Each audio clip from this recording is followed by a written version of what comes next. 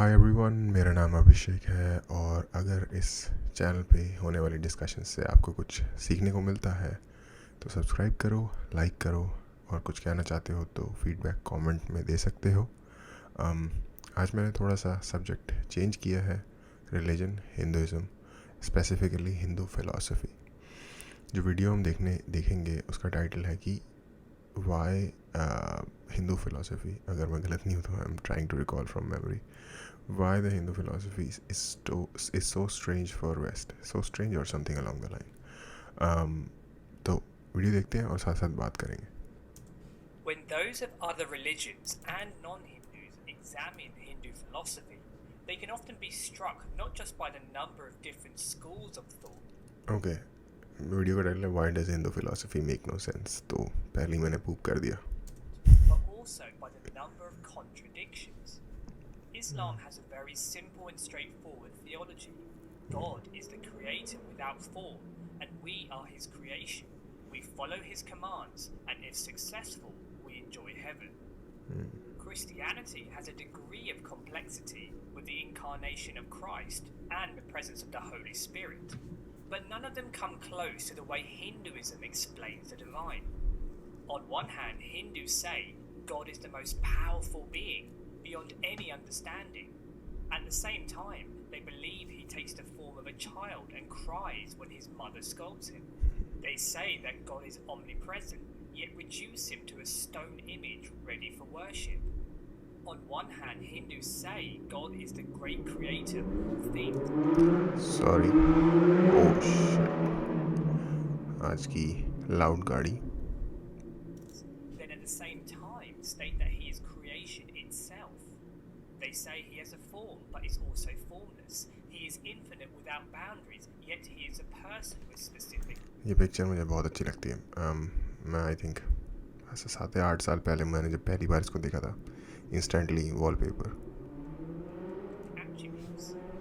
While there are different explanations that justify these positions, to a large extent, in Hinduism, contradiction is baked into its philosophy. But why do these contradictions exist? The reason is simple. Divine truth only becomes apparent when we are able to embrace contradiction. Paradox is the portal through which transcendence is reached. The moment we collapse reality into absolute, clearly defined principles, we actually miss the nature of God altogether. When we embrace contradiction, a stunning thing happens. We are made to go beyond the mind.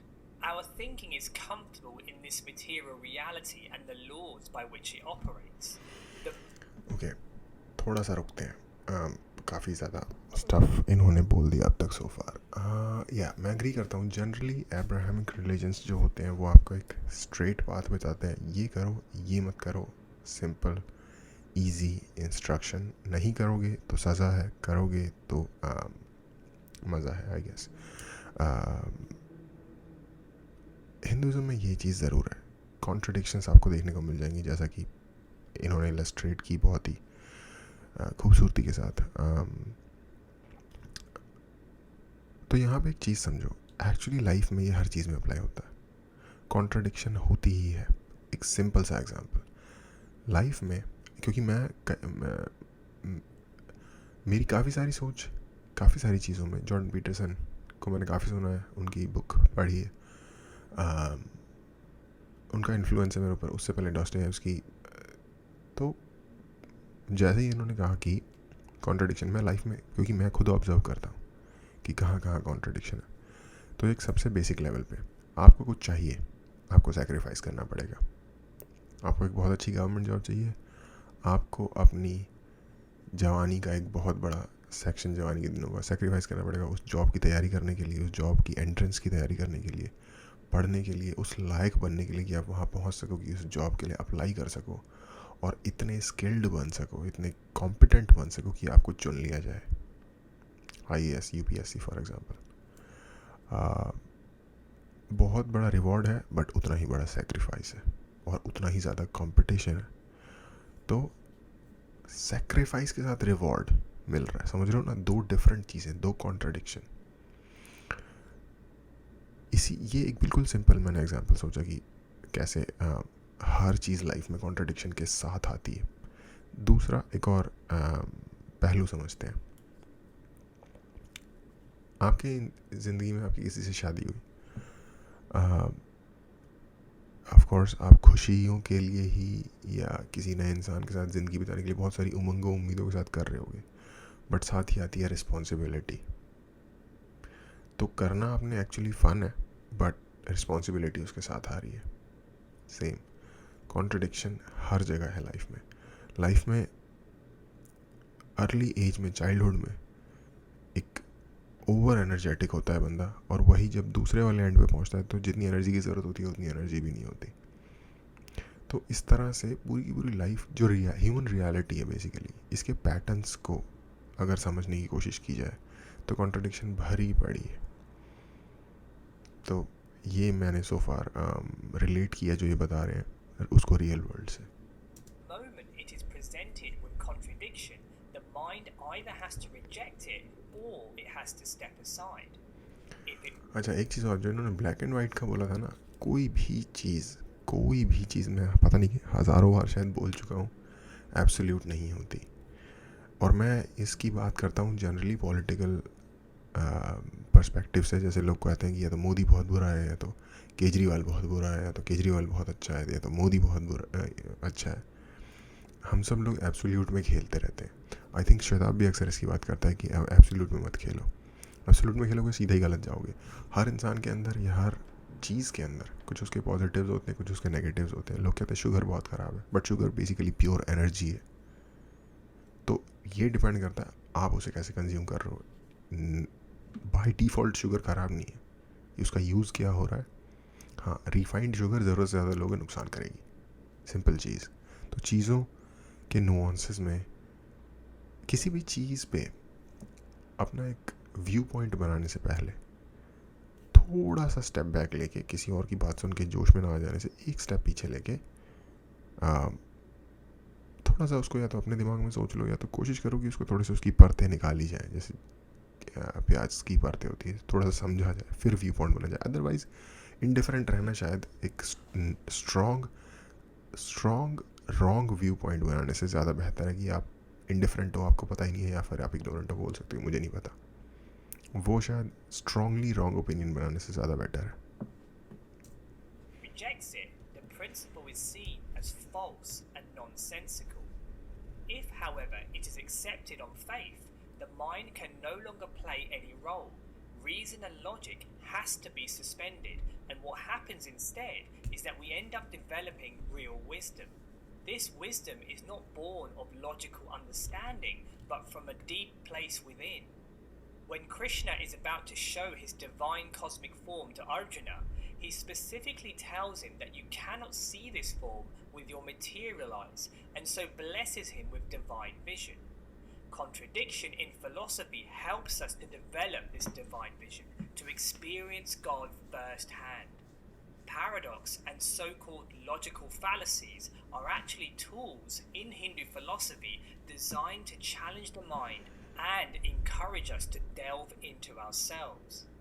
Having said this, if we create Okay, ये जो second point इन्होंने उठाया, to be honest मुझे ना ही ठीक से समझ आया और ना ही मुझे कन्विंसिंग लगा सो फार. लेकिन आगे देखते हैं कि क्या बताते हैं ये. philosophical system that is entirely contradictory, it can lose value altogether. In order to walk a spiritual path, the mind needs a certain amount of coherence to hang on to. There should be some clarity about who God is. This is what keeps us grounded and stops us falling into vain fantasy. Striking the right balance between coherence and contradiction is the challenge and goal of Hindu philosophy. The amount of contradiction and mystery that can be woven into a religious system often depends on the adhikar, or the level of spiritual advancement of the followers of that religion. Okay, ये मुझे relate हो रहा है जो Peterson की theory है कि chaos और ऑर्डर के बीच का जो बैलेंस है वो एक्चुअली लाइफ है. लाइफ का स्वीट स्पॉट है वो जो बैलेंस है. एक तरफ बहुत ज़्यादा बैलेंस लगने लग जाएगा तो बहुत ज़्यादा अथॉरिटेरियन सिचुएशन हो जाएगी, बहुत ज़्यादा अब्यूज़ होना शुरू हो जाएगा, और अगर बहुत ज़्यादा ढीला छोड़ दोगे तो क्योस में बह जाएगा, इंसान बर्बाद हो जाएगा. तो आई थिंक मुझे कहीं ना कहीं ये उससे रिलेट होता हुआ दिख रहा है. The Kanishta Adhikari is one who has a low level of tolerance for contradiction. They have to have a simplistic set. अच्छा, अब जहाँ पे ये एक्सप्लेनेशन का जो लेवल है वो आ गया है, वो लिटरली जो लिटरल टर्म्स जो हैं स्क्रिप्चर्स में, आई थिंक वो ये यूज़ कर रहे हैं. अधिकार इन्होंने बताया, level of understanding of spiritual idea और फिनोमिनन. अब इसमें कनिष्ठ अधिकारी एक टाइप ऑफ इंसान है. ये इनको कहते हैं आर्केटाइप्स. तो ये एक आर्केटाइप है कनिष्ठ अधिकारी. Set of principles with clear ideas of black and white. Rules and regulations have to be rigid and concise. Basically, the Madhyama conscience is Adhikari is one who needs a degree of logic to make sense of things, but is open to mystery. They understand knowledge is limited. As a result, they accept explanations can only go so far and may not always be perfectly defined. The Uttama Adhikari needs no philosophy at all for their inner development. They have realized the truth and have experienced a mystery that surpasses all philosophy. They may, however, enjoy, speak, and teach in philosophical terms for the benefit of those who are still on their way. The danger of the Kanishta Adhikari is... Okay, ये level पाने के लिए ना, उत्तम अधिकारी वाला जो level है, वो वाला आर्किटाइप पहुंचने के लिए या वो लेवल पाने के लिए, आई गेस शायद जो जैसे हम कहते हैं कि मोक्ष प्राप्त हो गया या निर्वाण प्राप्त हो गया, जैसे बुद्धा थे, बुद्धा को ज्ञान, सॉरी नॉट मोक्ष और निर्वाण, ज्ञान प्राप्त हो गया. आई थिंक जिन लोगों को ज्ञान प्राप्त हो जाता है उन्हीं को ही उत्तम अधिकारी कहा जाता है. मैं गैस कर रहा हूँ, हो सकता है गलत हो. Philosophy leads them to over-rationalize God. Instead of using like explanations to bring them to the mystery of truth, they try to condense the mystery of truth to fit their understanding. Because they have no real inner experience to guide them, they latch on to external ideas and obsess over them. This is what leads to extreme dogma or religious fundamentalism. It causes individuals to miss the experience of God altogether. The Kanishta Adhikari can often fall into the trap of enjoying working things out intellectually. Spiritual principles become more about feeding our ego's satisfaction.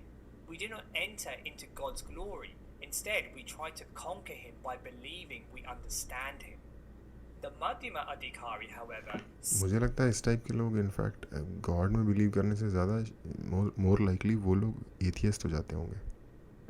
sees that philosophy at its best is not simply meant to explain the supreme truth, but to awaken different bhavas.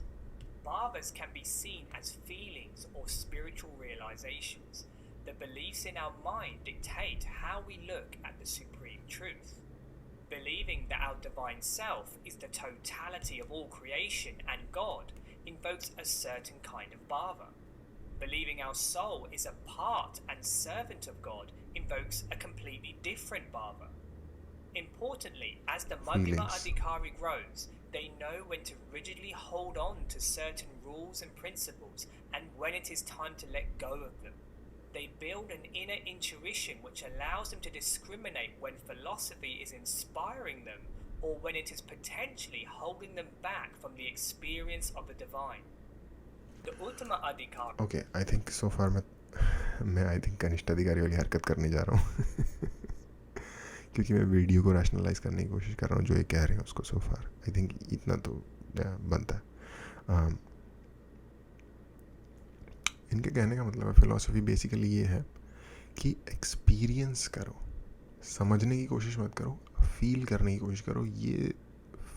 ये देखो कि तुम्हें महसूस कैसा हो रहा है इस प्रोसेस के थ्रू, या कुछ हो रहा है महसूस कि नहीं हो रहा, अगर हो रहा है तो वो क्या है जो महसूस हो रहा है. महसूस करो और उसको बस महसूस करके जानो, बेसिकली फील करके जानो, भाव से जानो.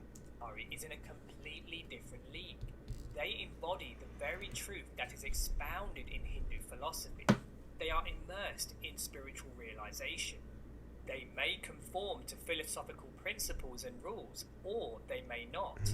Because they are completely situated in the divine, they are free from the material world and free from all dogma.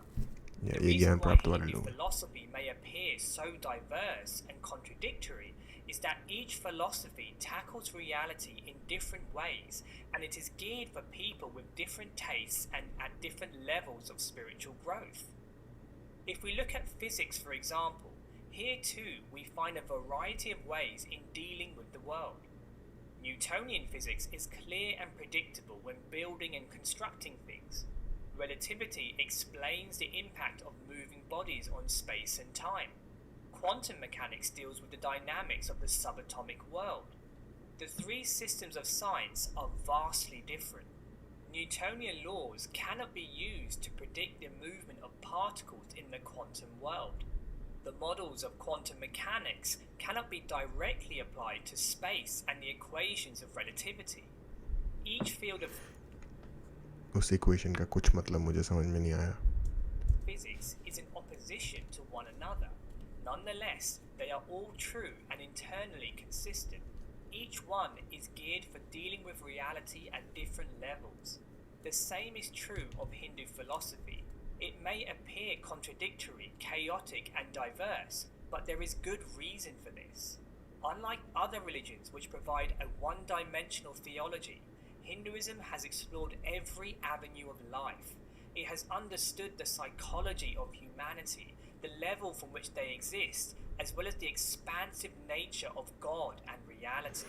The contradictions and paradoxes are not deficiencies, but a sign of sophistication. अगर मैं इस बात पे हाँ बिल्कुल सही बात कही ऐसा कहता हूँ तो कहीं ना कहीं बायस आ जाएगा.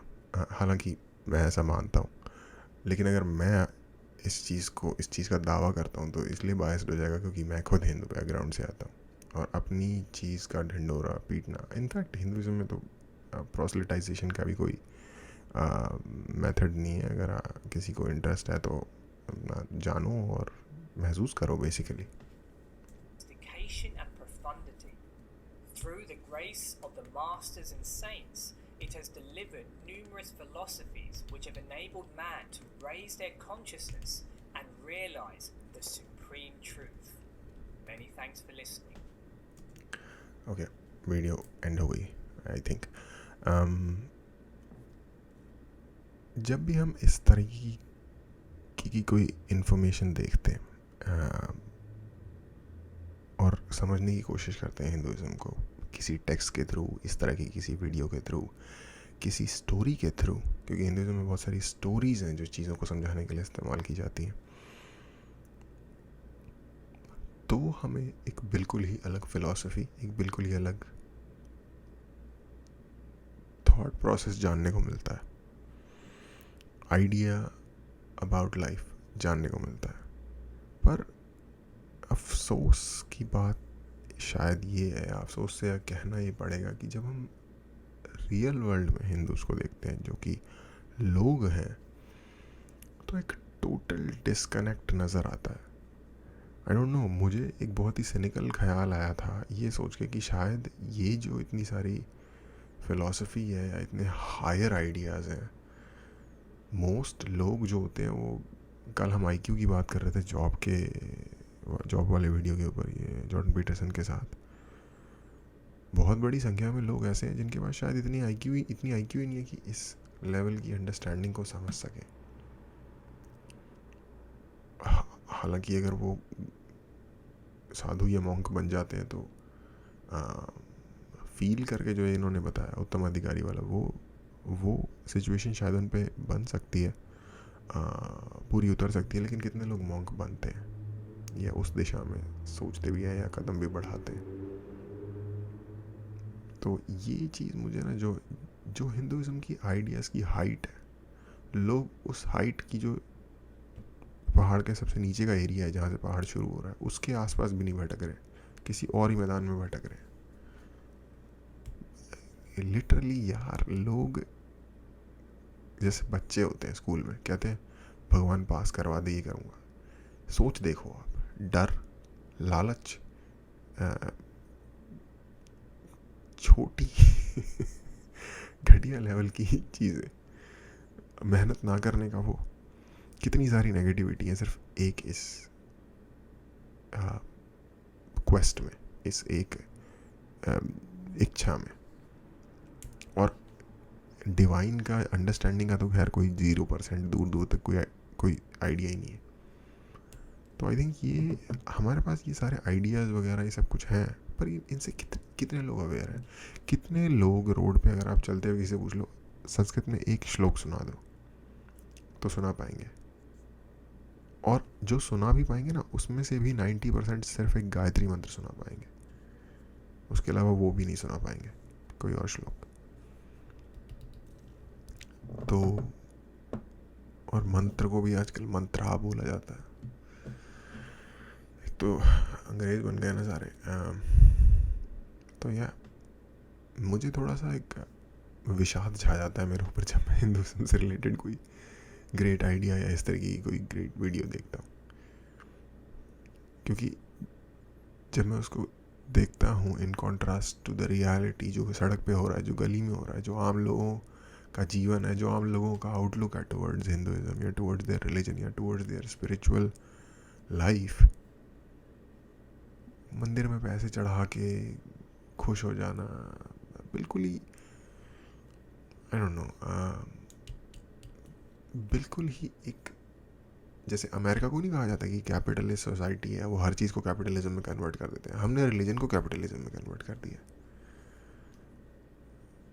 या थोड़ा सा डिप्रेसिंग है, बट एनीवे वीडियो बहुत अच्छी थी। इन्होंने, मुझे नहीं पता था इस इन कैटेगरीज़ के बारे में, स्पेसिफिकली इन टर्म्स में तो बिल्कुल भी नहीं पता था, तो कुछ नया सीखने को मिला, और होपफुली आपको भी कुछ नया सीखने को मिला होगा। तो आज के लिए इतना ही, देखने के लिए थैंक यू।